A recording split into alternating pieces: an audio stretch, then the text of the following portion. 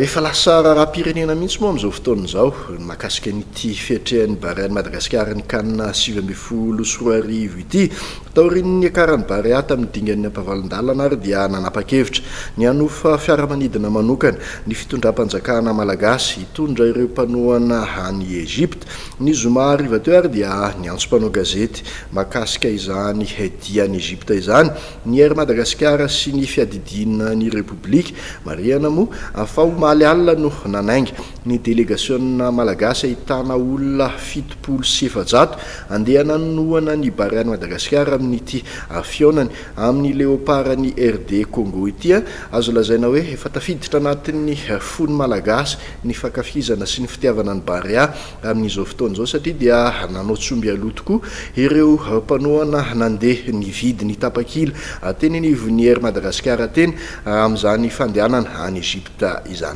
Araka ny fampanantenana nataon'ny fitondram-panjakana dia iangarapitsoalina ny fiaramanidina iazo any Egypte hitondra ireo izay anatrika ny lalao ampahavalon-dalana hifanatrehan'ny ekipa pirenena malagasy amin'ny ekipan'ny Congo ny alahady ho avy izao. Ny fiara-miasa teo amin'ny kompania mpitaterana Air Madagasikara sy ny mpiara-miombonantoka stratégique ary ny fitondram-panjakana no nahafahana nanofa ny Airbus A380 amin'izany. Anoana ny ekipa pirenena any antoerana ihany koa ny filoha Andry Rajoelina izay anasa ihany koa sokajin'olona maro. Ny olona nasaina rehefa toa filoha dia tsotra be misy ny maskoty izay mitondra azy io mahafinaritra be ilay tovolahy fa omby maitso moa tsika izany zao. Dia misy ireo mpanohana ny Barea, misy ny zazakanto, ireo tovolahy kely mpihira, misy savalo.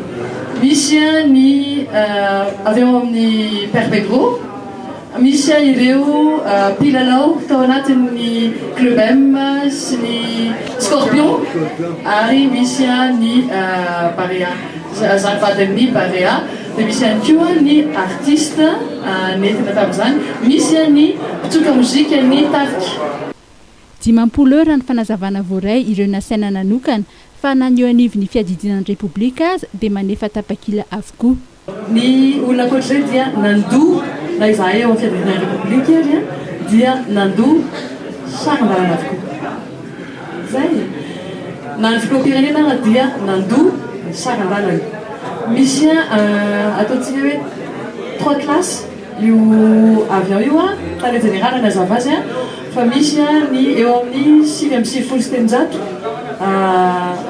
roa hetsy sy roa tapitrisa ariary miaraka amin'ny transfert ny sakafo ny fandaniana rehetra atao any Alexandrie izay ny vidiny. Misy kosa ny business class izay 30 tapitrisa ariary ny vidiny. Zay dia misy ny any amin'ny first ny première classe dia eo amin'ny 20 tapitrisa ariary ny vidiny. Nitondra fanamariana ihany koa ny avy eo anivon'ny kompania mpitaterana Air Madagasikara.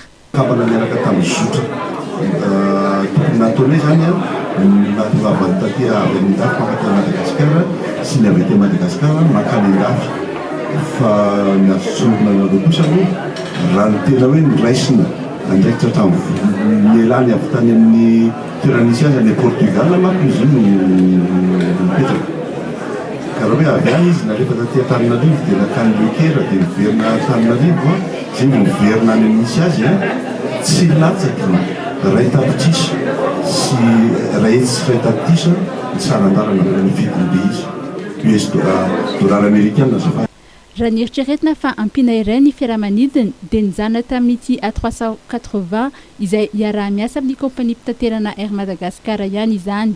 Ireo mpandeha rehetra dia tsy maintsy miverina amin'ity fiaramanidina ity avokoa izay miainga aorian'ny lalao amin'ny lahady alina.